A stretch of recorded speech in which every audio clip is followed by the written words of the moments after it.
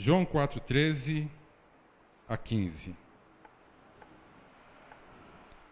Jesus respondeu e disse-lhe: Qualquer que beber desta água tornará a ter sede, mas aquele que beber da água que eu lhe der nunca terá sede, porque a água que eu lhe der se fará nele uma fonte de água a jorrar para a vida eterna. E disse-lhe a mulher: Senhor, dá-me dessa água, para que não mais tenha sede e não venha aqui tirá-la. Jesus estava ao lado da fonte. Estavam passando em Samaria. E ao lado da fonte ele parou para descansar, os discípulos foram buscar comida para ele. Ele viu a mulher lá, pegando água e falou: dá-me de beber. Na realidade, isso foi o quê? Uma oportunidade que o Senhor usou para levar a mensagem da vida eterna. No texto, nós nem vemos se ela deu água ou não para o Senhor, se ele bebeu a água ou não. E a mulher pediu para ele, ele falou que ele tem água da vida, dá-me dessa água. Não sei se ela teve uma visão apenas material, apenas física. Assim eu não vou ter que carregar mais aquele cântaro cheio de água, vim buscar aqui a água, não. Eu vou ter água para sempre. Pode ser que ela tivesse tido uma visão material. Mas não foi isso que aconteceu. Foi da maneira que o Senhor disse. Ela bebeu da água que é a palavra do Senhor. Amém? E sem nem saber disso, a água já fluía dela. A água já estava fluindo. Quando ela estava conversando com o Senhor, a água já estava fluindo dela. E nós vemos, um pouco mais à frente, irmãos, em João 4, no versículo 28 ao 30, isso depois que os discípulos já tinham chegado. Versículo 28. Deixou, pois, a mulher o seu cântaro e foi à cidade e disse àqueles homens: Vinde e vede um homem que me disse tudo quanto tenho feito.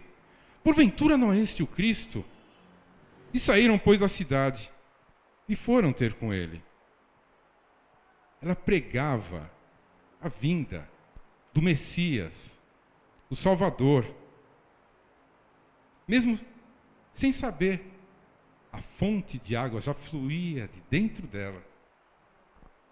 E muitos foram ter com ele. Ela pediu ao Senhor: dá-me desta água. E você, o que tem pedido a Deus? Deus não faz nada sem um propósito, como já foi dito. E vamos em Mateus 20, 30. E eis que 2 cegos assentados junto do caminho, ouvindo que Jesus passava, clamaram, dizendo: Senhor, Filho de Davi, tem misericórdia de nós. E no versículo 32, e Jesus parando, chamou-os e disse: Que quereis que vos faça? E disseram-lhe eles: Senhor, que os nossos olhos sejam abertos. Por objetivos, o que eles queriam? Enxergar. Senhor, que os nossos olhos sejam abertos. Eu preciso enxergar. Nós precisamos que o Senhor abra os nossos olhos. Muitas vezes, quando estamos em lutas, em dificuldades, nós não conseguimos enxergar saídas. Senhor, que os nossos olhos sejam abertos. Eles pediram: abre os nossos olhos, Senhor. E no versículo 34, então Jesus, movido de íntima compaixão, tocou-lhes nos olhos. Logo viram, e eles o seguiram. Eles o seguiram. Jesus abriu os olhos deles, assim como Ele abre os nossos olhos espirituais também, para vermos saídas para situações difíceis, complicadas. E eles o seguiram. Devemos também seguir a Jesus. Quando os olhos dos cegos se abriram, eles viram a Jesus e seguiram a Jesus. Devemos também ver a Jesus e seguir a Jesus. Se você não vê saída, peça ao Senhor. Ele vai abrir os seus olhos. Mas depois, siga-o. O que é seguir ao Senhor? É ouvir e obedecer a palavra do Senhor. Amém? Mas o que você tem pedido a Deus? Mais uma passagem, irmãos. Lucas 8, 41 e 42.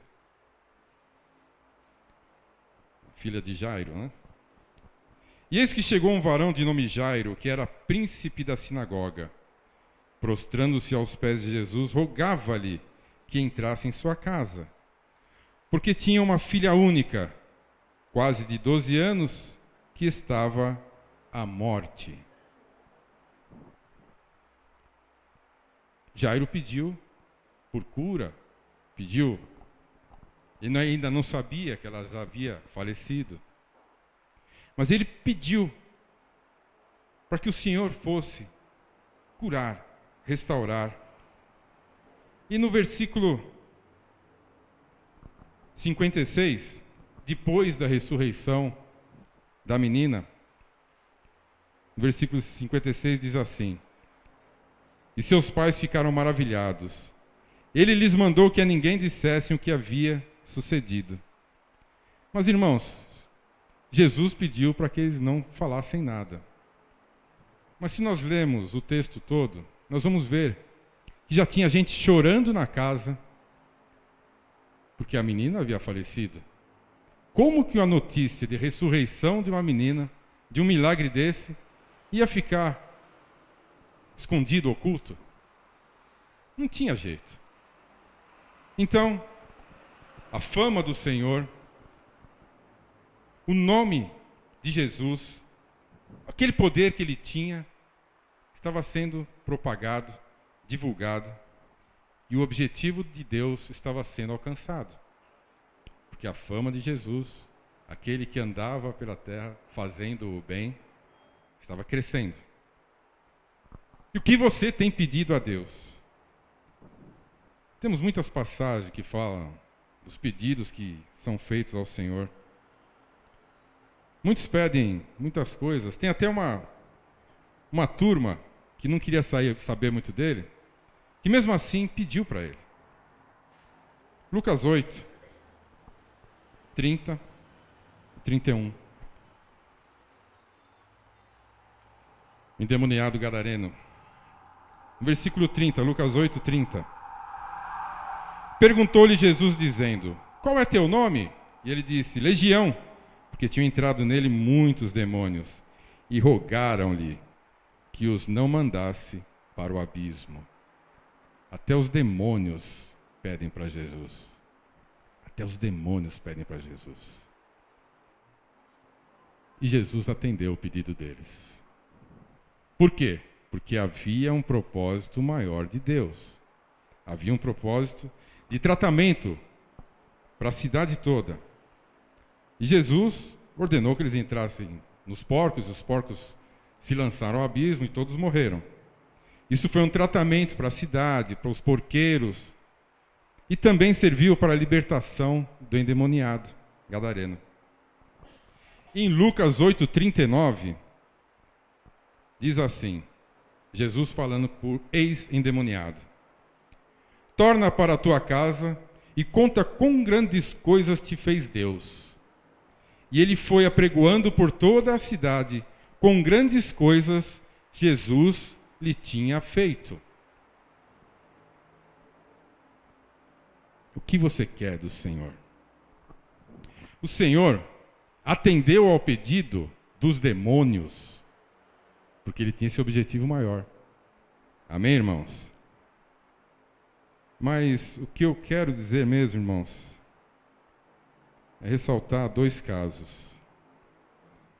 Davi já estava no seu leito de morte e deu algumas instruções para Salomão. Primeiro livro dos Reis 2:3.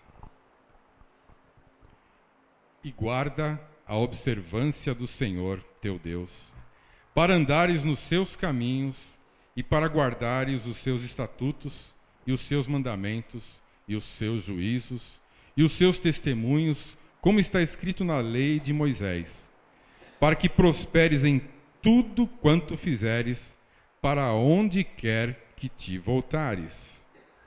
Amém, irmãos? Essa foi a recomendação que Davi deixou para Salomão. E Salomão seguiu essa recomendação. Salomão seguiu essa recomendação fielmente.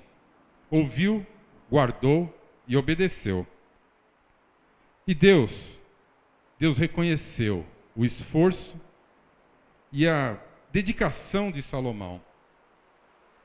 Deus reconheceu o esforço dele em obedecer aos mandamentos, seguir aquilo que o pai dele procurou seguir.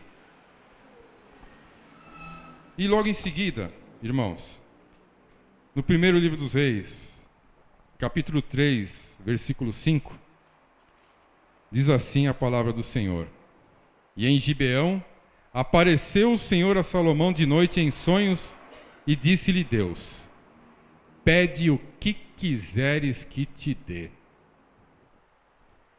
Pede o que quiseres que te dê. Deus ofereceu. Pede qualquer coisa. Pode pedir qualquer coisa. Irmãos, será que Deus pode confiar em mim e me oferecer qualquer coisa?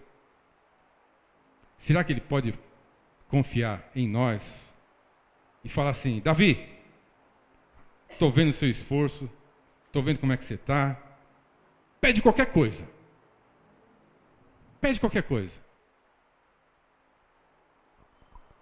E foi o Senhor que ofereceu.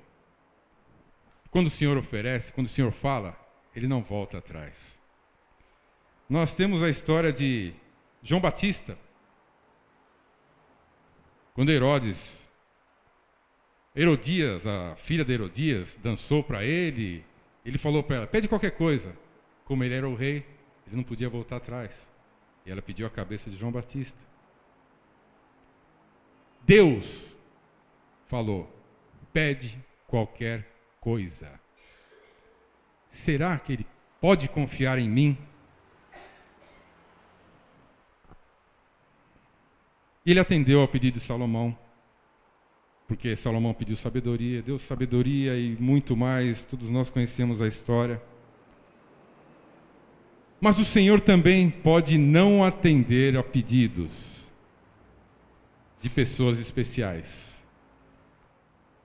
como Ele não atendeu o pedido do próprio filho. Pai, afasta de mim esse cálice.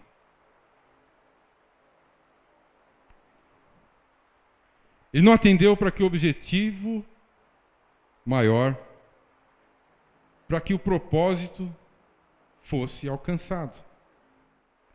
Nós lemos em João 8, 29,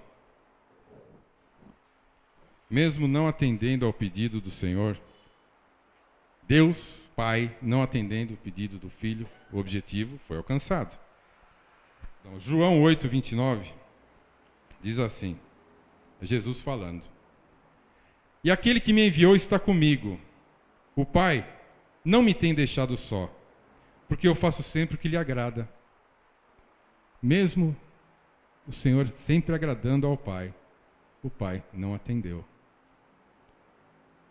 O que você tem pedido a Deus é para abençoar você? É para abençoar a muitos? É para abençoar o reino? É para que a palavra seja divulgada? Ou para satisfazer um desejo? O que você tem pedido a Deus? Irmãos, é uma coisa que a gente precisa ter sempre em mente, irmãos. Lucas 14, 33. Precisamos ter sempre em mente. Não que seja fácil para a gente obedecer, não que seja fácil para cumprir, mas devemos guardá-lo e buscar alcançá-la. Lucas 14, 33. Assim, pois, qualquer um de vós que não renuncia a tudo quanto tem, não pode ser meu discípulo. Renunciar a tudo quanto tem. Deixarmos os nossos desejos, deixarmos as nossas necessidades, entre aspas, que muitas vezes são assim, tudo para podermos ser discípulos do Senhor. O nosso objetivo, o maior de nós aqui, é seguir ao Senhor, sermos discípulos do Senhor. Mas, para segui-lo, precisamos abrir mão de muitas dos nossos planos, das nossas necessidades, da nossa família, da nossa vida. Tudo quanto temos, do nosso passeio, do nosso jantar, do nosso futebol, da nossa novela, deixarmos tudo quanto temos para poder sermos discípulos do Senhor. Precisamos colocar o Senhor como prioridade na nossa vida e a sua palavra como nosso maior objetivo. O que você tem pedido a Deus? Devemos pedir ao Senhor, cada vez mais, a presença dEle na nossa vida, a unção do Espírito Santo na nossa vida, para que possamos abrir mão de nós mesmos para sermos servos do Senhor. Amém, irmãos? Glória a Deus.